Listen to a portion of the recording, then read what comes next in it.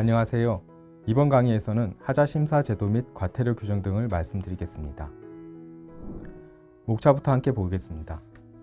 먼저 위원회의 사무 범위를 간단히 복습하고 그 다음 공동주택관리법에서 규정하고 있는 하자의 개념과 하자 담보 책임, 그리고 이를 전제로 하는 사업 주체의 보수 의무를 살펴보겠습니다. 그리고 하자로 판정받았음에도 보수 의무를 이행하지 않을 경우에는 과태료가 부과될 수 있습니다.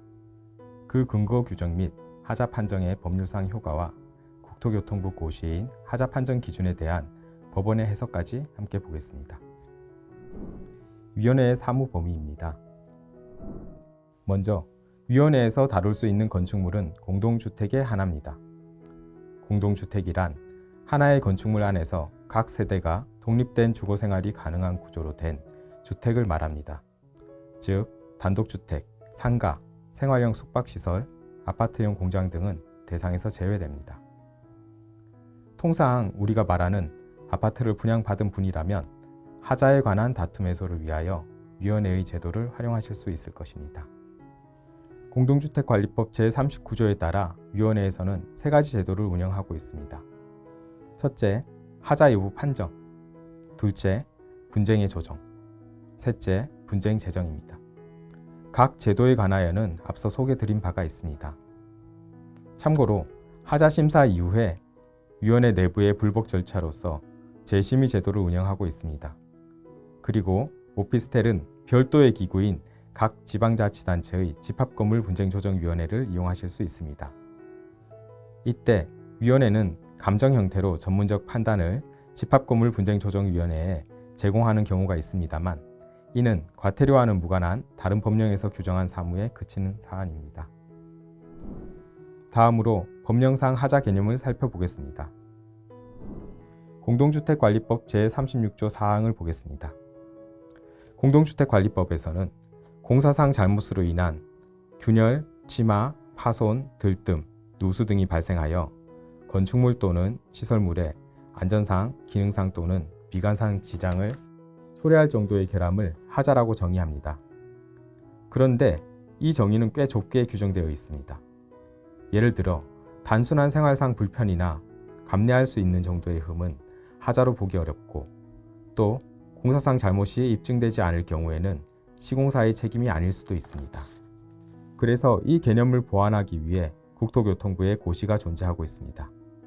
정확한 고시의 명칭은 공동주택 하자의 조사, 보수비용 산정 및 하자 판정 기준입니다. 여기서는 시공하자, 미시공하자, 변경시공하자 이렇게 세 가지 형태의 하자를 정의 내리고 있습니다. 예를 들어 미시공하자는 설계 도서에는 있으나 실제로 시공되지 않아 안전, 기능, 미관상 지장을 초래하는 경우를 말합니다. 다만 계약상 특약으로 정한 부분을 시공하지 않은 것은 미시공하자가 아닙니다. 계약상의 문제라면 안전, 기능, 미관상 지장을 살필 필요도 없이 계약대로 이행되어야 함이 원칙입니다. 이는 계약 불이행, 즉 채무 불이행 내지는 불완전 이행의 문제로서 주로 법원에서 다뤄질 수 있는 사안이라는 점을 유념해 주시기 바랍니다. 다음으로 우리 법원이 어떻게 하자의 개념을 보고 있는지를 함께 살펴보겠습니다. 우리 법원은 계약에 포섭된 의무도 모두 하자라는 개념 내에서 다루는 경향이 있습니다. 즉, 사업 주체가 계약상 약속한 부분을 제대로 하지 않으면 그 자체로 하자라고 보는 것입니다.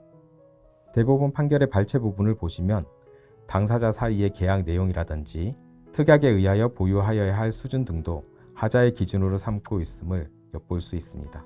이처럼 법원의 하자 판정 기준이 더 넓은 측면이 있습니다. 이는 법원이 공동주택관리법의 하자 정의에 구속되지 않기에 가능한 사안입니다. 반면 위원회의 하자 판정은 과태료로 이어질 수 있어 계약의 문제를 공권력이 강제하는 부당함이 발생합니다.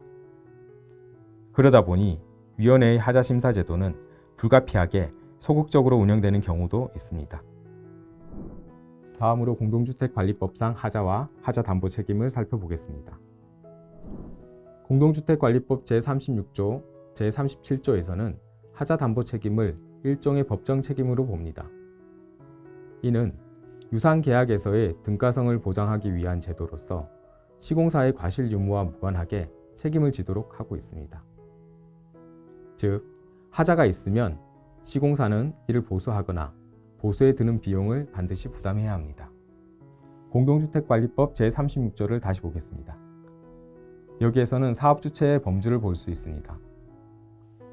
1호 주택법 제2조 제10호 강목에 따른 자, 2호 건축법 제11조에 따른 건축허가를 받아 분양을 목적으로 하는 공동주택을 건축한 건축주, 3호 35조 제1항 제2호에 따른 행위를 한 시공자, 4호 주택법 제66조에 따른 리모델링을 수행한 시공자.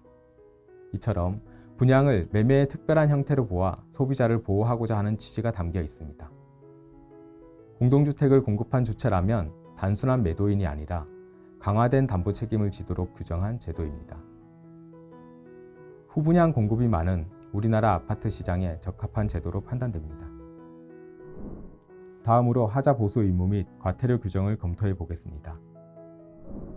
고시에서는 공정별로 하자 여부를 어떻게 판단하고 보수 비용은 또 어떻게 산정할 것인지 규정하고 있습니다. 판정은 기본적으로 하자 유무, 하자 여부에 대한 판단에 그칩니다. 그러므로 보수 방법과 범위는 양 당사자의 협의와 고시 제3장 하자 조사 방법, 제4장 하자 보수 비용 산정 등의 해석을 통해서 정할 수 있습니다.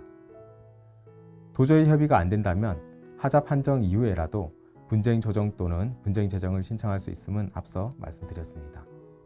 그렇다면 하자로 판정이 나왔음에도 사업 주체가 보수하지 않으면 어떻게 되는지가 궁금해집니다. 이때는 과태료 부과로 이어질 수 있습니다.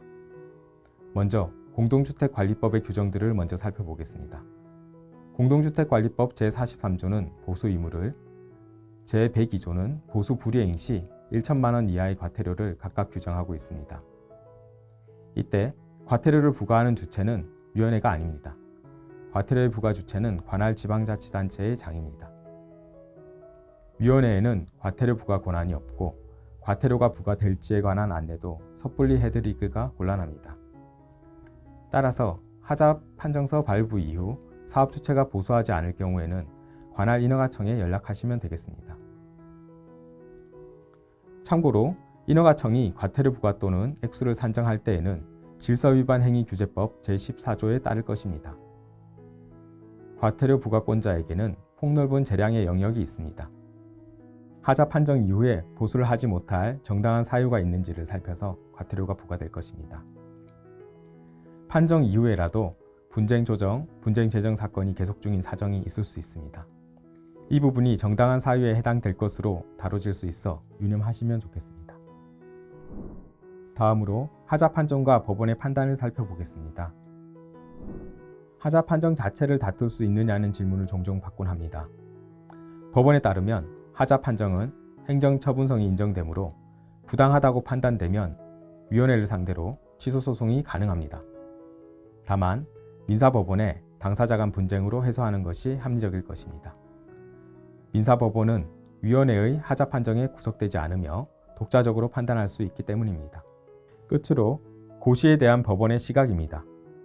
법원은 고시의 법규성을 부인하는 입장입니다.